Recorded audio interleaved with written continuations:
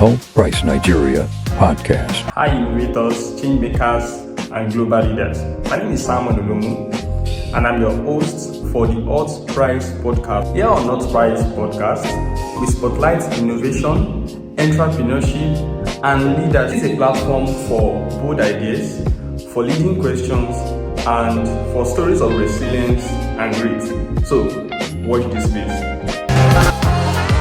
My name is Samuel Olomu, and I lead the public relations and communication team at Hult Prize Nigeria. I think joining us live today on the Hult Prize Nigeria's podcast is Nwankwo Praise Chidiebube, a social impact leader and founder of HerRise Foundation, which has reached over 3,000 lives across Nigeria through programs in education, gender equality, and sexual and reproductive health. Praise has represented Nigeria internationally, including at the Second World Summit for Social Development, and has been recognized through fellowships such as the Innocent Shukuma Social Impact Fellowship and the West Africa Community Organizing Institute. Our work has earned national and international recognition, highlighting our dedication to empowering young people and advancing social change. Once again, welcome to the Hult Prize Nigeria's podcast, and I'm so happy to have you join us. Yeah, same here. My pleasure. Yes. So we are going to be starting from the very beginning, and that is giving an account of like your journey in the social impact space before we move into your work, like what you've been doing and your impact, how you measure your impact, and any other conversation pertaining to your space. So yes, tell us about your journey. How did all of this started for you, and yes, what landed you to where you are today? Okay. So I think if I should really go into detail answering that, it might take the whole day, but I'll be as brief as possible. So for me, my journey is one from a lived experience. I was born and raised in the slum. That's Ebonyi State precisely, one of the most underserved communities in Ebonyi State actually. So growing up in such environment, I noticed how young girls like me with so much talent, so much giftings, right? They never got to express that. And I'm one person that even as a young person growing up in such community, I've always believed that there could be better. I always had this picture of I could actually leave this slum environment. I could actually make something much better out of my life. So I observed keenly in the school I attended. I noticed some core members and some people from different organizations visited our school then for sensitizations, talking to us about, sex education and the rest of them. So at the point, I just got interested. Like I remember asking one of my teachers then, like, who are these people? Like, is there more they could do? Can I be part of them? That was how the whole interest, started for me. So one of the things I did was I started volunteering even as a secondary school student back then in school, even though it was not like, will I say strategic volunteering? I didn't know what I was doing, but I was just passionate about what I saw around me. So I observed from the programs and the organization I volunteered for, most of them don't really come to those hard to reach communities where girls like me needed those interventions more than those in the urban communities, right? So that was more like a gap I observed. And as much as possible, growing up over time and then getting into university, I decided to, found HerRise Foundation as a way of closing that gap of reaching girls in hard to reach communities. Many organizations are doing amazing stuff in my state, but I observed that those girls in hard to reach communities, young people in hard to reach communities were a big deal due to bad road access. So most persons don't really want to go through the stress of going to those communities with, zero or little limit of access to those communities. So that was one of the things that triggered me actually joining the social impact space. Then I think another personal reason would be while I was in school, that should be in my SS1, 2014, I remember very well. So I grew up in a very conservative home. My parents are pastors, in quotes. So there are no much conversation around sexual and reproductive health, right? So I had zero or no knowledge at all. And then I was actually in a community secondary school, so it's not as if it was like the best of the best. So all those kind of conversations around SRHR wasn't anywhere around my community. So I remember I had my first period. I never knew what was wrong with me. I don't know what was happening to me. I was even covering it up. I couldn't even tell my mother because I was shy. I don't know what she was going to say. The only thing that came to my mind was maybe I did something bad, and that's why that was happening to me. That's to show you the level of, girls in this kind of environment find it difficult to have conversations around SRHR. Most of them don't even know when, like, during their first period, what it is like for them. So that was it for me. And then when I finally, like, got the courage to talk to my mother that, oh, see what is happening to me. So the first sanitary pad I ever used as a girl child was actually a piece of clothes. That was what my parents could afford. So I was never born into luxury. So throughout my secondary school, SS1, SS2, SS3, I used piece of clothes as sanitary pads. So I know what it looks like for girls in communities like mine to stay without access to proper period kits. And that's the whole advocacy we carry out around menstrual education and then period poverty eradication. So I lived in realities that are really harsh, and all I've always wanted was to come out of those realities and be able to liberate other girls to come out from same realities too. So I believe so much that even though, I was not born in an environment that could, help me to really come up to all the potentials I had to assess and to assess. So, but I believe so much that no matter the background I was born into, I actually have the power to rewrite the rest of my story. And I chose resilience, and I founded HerRise Foundation as a means to help other young girls to actually come up to the occasion. It's an organization I founded with zero or little funding, like zero funding from anybody. It was just passion we had, and then bringing up community volunteers to help up birth realities of the work we are doing. And I founded HerRise as a 200 level undergraduate, just trying to figure my way out. And I felt like I could actually change something. I did not need to wait for anyone to hand me any grant or any check or go and do this, go and do that. So that was how my journey started in the social impact space. And I kept on improving myself by looking out for capacity building opportunities so I could lead better. Because when you know better, you'll be able to lead better. Thank you. All right, thank you so much. Just to take it a little bit further from where you started, you said when you know better, you live better. And you mentioned a lot of things about you starting early. You started volunteering while you were in secondary school, and you started your foundation as a 200 level student in the university. Yeah. And then you said you started with zero funding, and this is just going to make me digress a little bit. And yes, starting early is very good. Personally, for me, starting, I also have a personal story. I started writing while I was in, I think, GS3, and I appeared on my first newspaper publication as an SS2 student.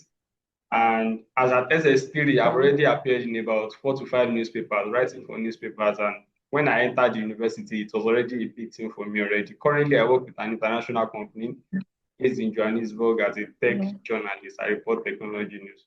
So I started early. I was able to stumble on the skill at a very early stage, and I perfected it. And currently, I can say it is paying off for me. So yes, what do you think are the advantages of starting early? Like from your own personal story, from your own point of view, started volunteering from secondary school, started your foundation early at second year in the university. So what do you think are those advantages for starting early? Yeah. Okay, so I think one of the biggest advantages of starting early is you'd make mistakes on time. That's one of the biggest advantages of it. So when I was in Justice Entrepreneurship School in Lagos, one of our facilitators said something that stuck with me. He said, when you're building a product or a service, don't be scared to go to the market on time. Go to the market early, start receiving punches, come back, rebrand as much as you want to rebrand. Don't feel like you need everything figured out to be able to start. So one of the advantages is once you start early, you make the mistakes on time. And like now, imagine me starting HerRise now. So like literally, it's almost like I'm coming out late, right? So I believe so much that once you start early, you'll be able to make any mistake you want to make on time. And another advantage of starting early is you have track record of what you're building. Like now, for example, last year was the first time we ever got a grant for HerRise Foundation for the project Voices Against Vogue.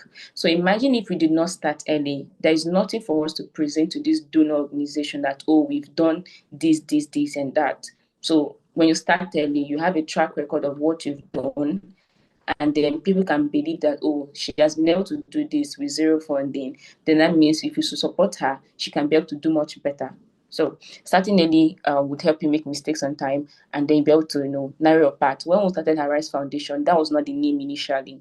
It was actually a different name altogether. But then we rebranded in 2025. No, 2024. We rebranded in 2024. So starting early, you make mistake, realize yourself, because I didn't start having everything all figured out. I did not have everything all figured out. But the more I was going ahead, building and working, the paths became clearer. So when you start early, the paths get clearer. But if you're waiting for everything to be in place, for everything to be in check, and then you'll be making a huge mistake because you'll be limiting yourself. Thank you. Thank you so much for that. Yeah. And from what I understand, starting early gives a number of advantages. And there's this popular saying that when you are ready late, because other people at the time, will have picked up your idea and you just be like the copycats in the room. So the advantages for starting early. And yes, zero funding. We are going to talk about zero funding. I've actually not delved into some of the questions I have. I'm picking questions from your conversation, and I think if we are able to end the call this way, it's a lot of learnings already. So you talked about starting your idea with zero funding, and you actually operated on the idea for a number of years. And just last year, you got your first funding. Yeah. Yes. So I think that is very impressive, particularly for somebody that is working in the social impact space.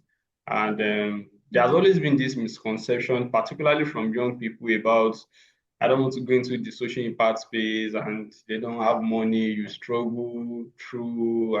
But I know people that do social impact 9 to 5, they are still making both ends meet, right? Yeah. And from what I understand, social impact does not mean you won't make money. You might not just become a millionaire or a billionaire, as the case may be. So in those years of waiting, how have you been able to navigate the funding space for your ideas? So do you bootstrap? Do you have like rich family members that sponsor the ideas? And so how were you able to bootstrap it? Okay, so I had to laugh when you made mention of the rich family member. That was also where I lost it. Okay. So for me, I do not have any rich family members, right? I don't have any Otedola, Adeleke, and the rest of them around, right? So one of the things I've observed from my own journey is passion is a currency that young people should leverage on. That's the honest truth. Once you have passion for what you're doing, there is always a means. Trust me, there's always a means. So when we had the first project I ever had, that was in 2022. That's May 28th, World Menstrual Hygiene Day.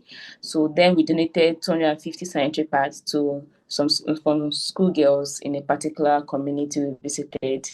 Outside the pad, we had sessions with them on, debunking menstrual myths and then everything, and then the whole menstrual hygiene stuff. So, but going down to how were we able to get those 250 sanitary pads? So I can be so passionate and so driven that I don't mind doing anything legal to be able to fund what I'm doing. So while then in school, I was selling bags of water. I had a little money with me. So through it, I sold bags of water. Like I was more like a business person in school. I sold bags of water back then in my room. It was stacked up. I was selling to my neighbors and all of that. And for each money I got, I had this wooden safe boss. We call it colo, right? So I had this wooden safe boss. I always throw in those money, more like my own piggy vest before I started using piggy vest. So I had this wooden saving box. I always threw in the money after every sale, after every profit made.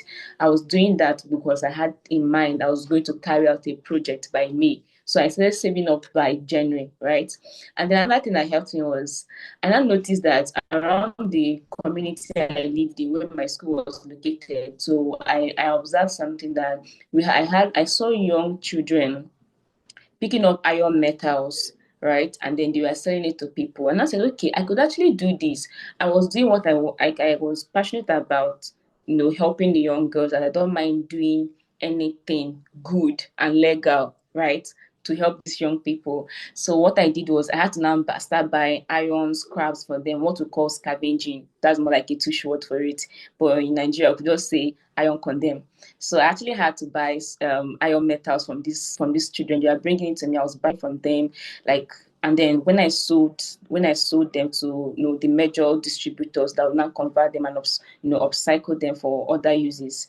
When I sold them, that was how I was able to raise enough money to be able to afford not just the 250 sanitary pads, but to be able to customize polos for our first outreach. I was able to afford transportation for over 10 volunteers that went with me for that particular project. So I believe so much that my passion has been one of the driving force for me, that I just find something around to be able to create something to solve a particular solution. So I not only paired up girls, I was able to create even a cleaner environment through picking up those iron metals to be able to sell and then make money out of it.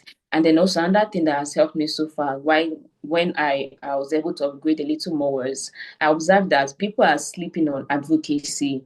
Because most people, when they talk about, oh, I'm running a project, they're expecting you to carry maybe bags of rice, carry books and all those things. They're going to donate to a particular community. One of the greatest form of gift, or let's say, is knowledge. There are a lot of knowledge gap in our communities.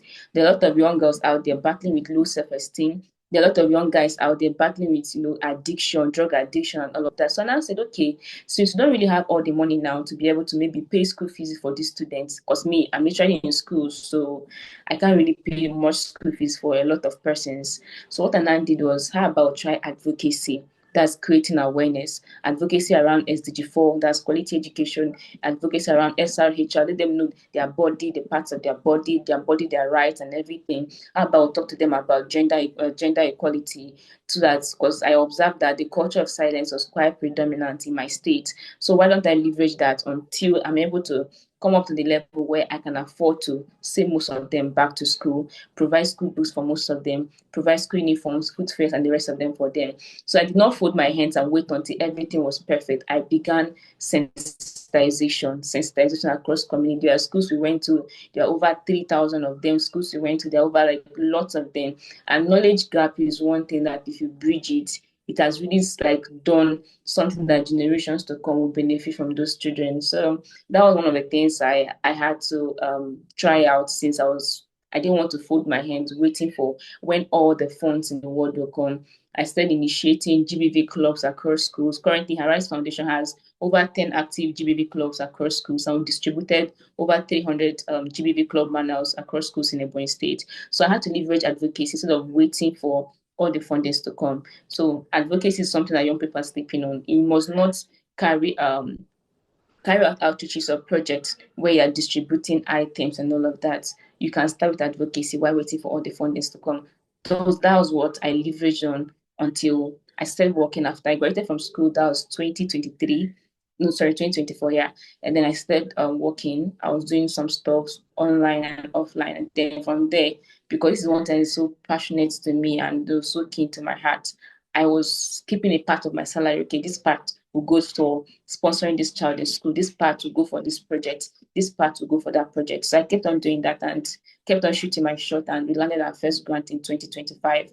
Got another grant for 2026 because we just concluded the first phase of our Young Women's Leadership Fellowship Program, where we trained 27 young women in Ebonyi State. One person is living with disability as a word of inclusivity.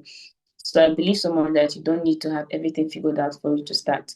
Just start. advocacy is very important. Sensitization, create awareness around you. And you don't really need to maybe like open an organization or run one for it to really start. You can start with talking to people around you, community members, even family too. They are part of your audience. So that was it for me while I was still not yet funded until now that we now have like funds to carry out our projects. All right. Thank you so much. I think that's really impressive. And we have different kind of businesses, right? One of them is the business of your passion. Another is Yeah. the business of your problem, right? And from Mm-hmm. what I gleaned Yeah. from your story, you mentioned that growing up as a young girl, you had to use rapper to actually, yeah. So Yeah. and you also mentioned the fact that everything was not really rosy for you, and you wanted to change that kind of trajectory for other young people, Other young girls. other young girls Yeah. out there. And then you spoke about some of the, permit me to call it, some of the craziest things you have done to fund your ideas. And I mean, Yeah. a passionate person can actually go. I've done a lot of projects, particularly while I was studying at Lagos State University. I just graduated, and I've done a lot of projects, and I had to use personal funds to at some point. I wanted to do an event the next day, and as at 10 p.m. in the night, we had no money. It's a yearly conference for a media Oh, wow. organization I founded on campus, and we do a yearly event. And the first one, we've been able to do it. So the second one, we need to continue the momentum, and events will be happening the next day, and there was no money to fund. 12 o'clock in the midnight, there was no money to fund this idea. Wow. 1 o'clock, there was no money to fund this idea. It was around 2 o'clock that we disturbed one of our sponsors that gave us money, and we were able to tighten this up even with our own personal fund. And that Yeah. being said, aside from passion, it takes a lot of belief in what you do to actually get certain Yeah. things. Yeah, I've gone crazy lengths to fund projects. I've borrowed money to fund projects just to make sure that things go. That's the craziest thing I've done. Yeah. Yeah. So it's I know, it's it's, I've it's not borrowed. I've not borrowed. so it is called passion. It is called passion. And Yeah. I'm happy to hear what I heard today. So yes, that being said, thank you so much for that. And I would just like you to delve more into, okay, let's talk about Hult Prize now. Hult Prize is Okay. about young innovators who are building across the social impact space, entrepreneurship space, and the likes. Yeah. And some of these projects, let me say all, if not all, yeah, some of them or most of them are like solving a particular problem related to the SDG, the Sustainable Development Goals. Yeah. And so, what advice will you give to these startups that are starting out, and like, what do you look forward to seeing as a judge that will be, as one of the judges that will be judging the Hult Prize competition this April or May, as the case may be? So yeah, what are you looking forward to, and what advice are you going to give those startups? Okay. So I think my advice to them will be very clear to the point, right? So whatever innovative idea you're building, just bear in mind you're not just building it for yourself, you're building for that user. So whatever you're building should be user friendly. You should find a way to put yourself in the shoes of the user. Will this target audience I'm building this for be able to navigate this? Because I have observed something when we talk about technology-based approach or innovative ideas towards solving social impact problem, and all of that. Most person begin to try to bring up like lot of innovative things that even complicate the particular solution they're trying to offer. So I think my advice would be whatever you're building, your target audience should be at the center of it. Will my target audience be able to navigate the solution? I'll give an example. I used to be in Justice Entrepreneurship School by Hult Justice West Africa. So one of the assignments for us then as students were to build an innovative idea, like a tech-based idea towards solving social impact issues. So I was working on Aurora, a tech-based platform that helps to report gender-based violence much quicker and faster than the usual traditional means. So one thing I asked myself is, okay, this my target audience, they are both online and offline. So since I'm building something that should be all inclusive, what should I do? So I had to incorporate another, like more like beyond just the whole tech-based platform part of it. I had to make it user-friendly in a way that both those using non-internet based phone, that's more like using the usual small phones that don't have access to internet, right? And then those that actually have access to internet, they should be, both communities should be able to access it. So we have more like an SMS based approach towards reporting GBV cases, while we still have like the one more like the one that leads you to a Google form where you get to file your report, and then a quick call. And then we have QR code mounted around communities where you could just scan if you have a digital device, right? So they should bear in mind that they're building this for their target audience. So whatever you're doing, your target audience should be at the center of it. How user friendly is it? How accessible is it? Because what's the need of justice if it cannot be accessed? What's the need of building something like, to promote the SDG or to promote the social impact space when the people you're building it for cannot access it? Then I think another thing I would advise them is I did this during my time, right, while I was in justice entrepreneurship school. So I had to test run what I was building. Don't just feel like I have it all figured out. Maybe you build everything from scratch from your end, nothing like maybe like a pilot stage, trying to get people's maybe few view or from people a bit of survey and all of that. So I'm working on this. Can you just try using this? How did you see it? Did you have difficulties with it? Were you able to navigate it easily? Because if you are building something innovative and all of that, and I still need help to navigate it, then that innovation did not go well. That innovation did not go well. If I'm not able to navigate it, then that's when I have an issue. We are Nigerians, right? And we love picking up a product, that even looking at the what's it called again? God, what's the word? More like how to navigate stuff, like the manual. I think that's what I'm looking for. So we're Nigerians, and then when we're using something, maybe you bought a product or something, or maybe like a digital device or something.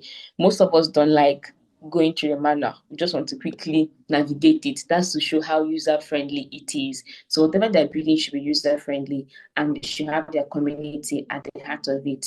Those they're building it for. Then that will be it for me. Thank you. All right. Thank you so much for that. Thank you so much for that. And you mentioned the fact that any startup should look at solving the problem of accessibility. And talking about accessibility, I feel, Yes. yeah, so talking about accessibility, I feel it is very, very important because how accessible is currently working on a project with a co-founder and, you know, particularly looking at our educational system. I know you work in education, so looking at the educational system, Okay.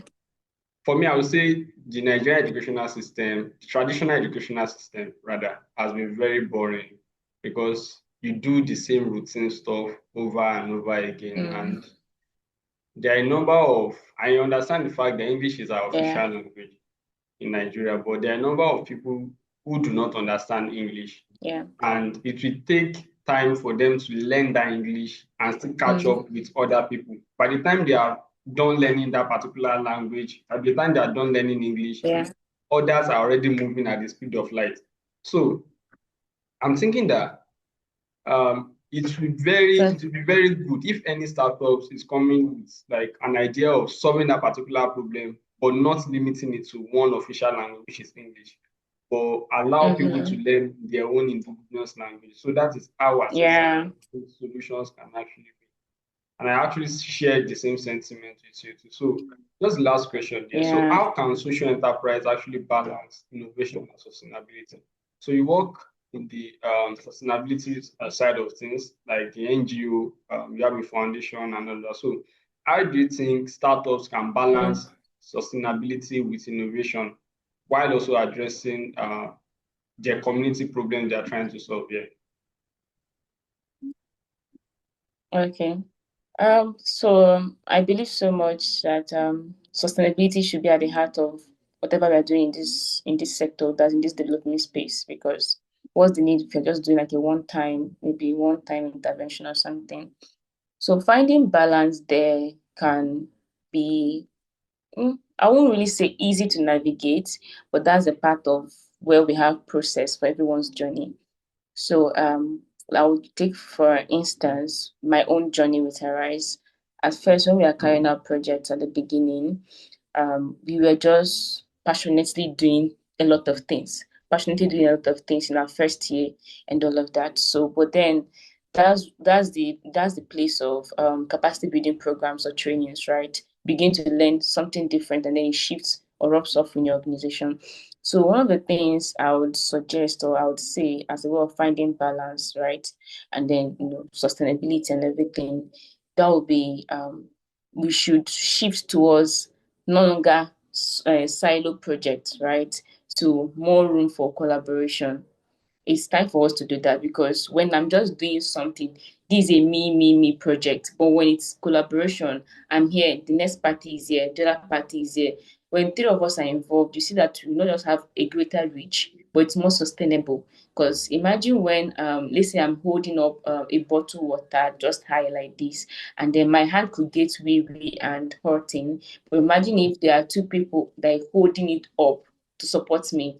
That's the place of support that now brings this sustainability and balance to in the social enterprise space or social impact space. So I think it's time for us to shift towards collaboration over silo projects. It will go a long way to bring sustainability to this sector.